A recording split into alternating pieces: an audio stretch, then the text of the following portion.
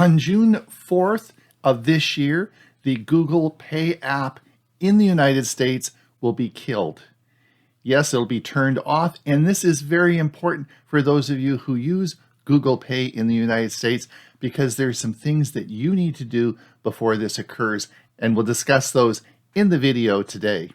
It's Ron Brown with Tech for Senior, where we help seniors understand technology and understand Google Wallet and Google Pay. Now, 3 years ago, I bought a Pixel 6 phone and a Fitbit Sense watch.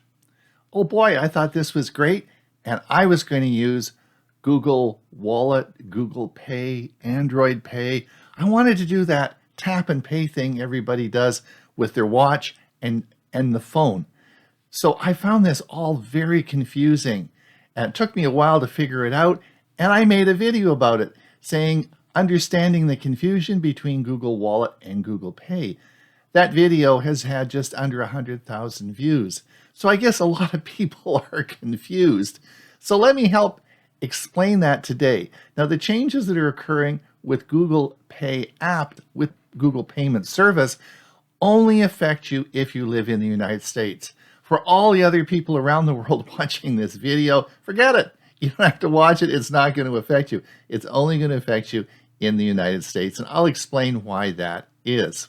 Now, Google Wallet is primarily a storage of your credit card numbers and information that you can use to tap and pay to a vendor. It's very secure, and I would encourage you to use it. I'm not going to go into details on that. You can watch the other video I made. But that's essentially what Google Wallet is. Now, it's important that you understand around the world, Google Wallet is different. In other words, it depends on what credit card services are available in that country for that service. For example, if you look at Google Wallet in Canada, it allows certain credit cards and loyalty cards and so on and so forth to be used. But in Europe or in England, it may be different. So it depends on what part of the world you're living in. You have to assess the service and decide if you want it. Now, Google Pay, which is available in India and the United States, is more than just a credit card storage. It is actually linked into your bank account, and you can use it for peer-to-peer paying other vendors or friends of yours. So you actually hold money in your Google Pay account. That's different than Google Wallet. And as I said, that is only available in the United States and India. The ad app is going away June the 4th, and I'll discuss the important things you need to do before that happens. But I wanted to just take a minute to talk about the different payment services you have available.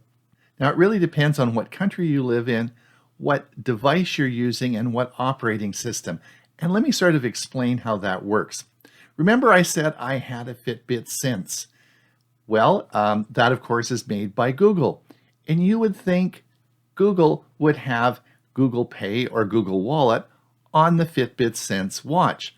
Well, it doesn't. It has Fitbit Pay. What's Fitbit Pay? Well, Fitbit Pay is a different service, and in Canada, there's virtually no credit cards that work with Fitbit Pay. Now, this would change around the world in different areas depending on what Google has negotiated with Fitbit to start the services up in that area. So you'll have to look at each country and make a decision on your own. But in Canada, as far as Fitbit goes and payment services, it's a wash because the Fitbit Pay app doesn't work well in Canada at all. So if you wanted to use a Google product in the United States, then of course Google Pay would be available on the Pixel watch, not on the Fitbit watch. That's Fitbit Pay. So the Pixel watch would be a good option for you. Now, in the United States, there is 3 services that you would have. You have, of course, the most popular, most widely used by 90% of the vendors in the United States, and that's Apple Pay. And if you do have an iPhone, then I would encourage you to use Apple Pay. It is the most widely used payment service in the United States. The second is Samsung Pay, and there are indeed many Samsung phones sold in the United States. Now, Samsung Pay can only be used with a Samsung phone, and it works well in the United States and also is available in many other countries around the world. You would have to again look at what credit cards will work with Samsung Pay. We then move on, of course, to Google Pay, soon to be Google Wallet in the United States, and that would be your next choice for your payment services. So before June the 4th this year in 2024, if you do have a Google Pay account and you have cash in the account that you're using to pay, you must remove that cash and transfer it to your bank account before June the 4th, as the payment app on your phone will no longer work.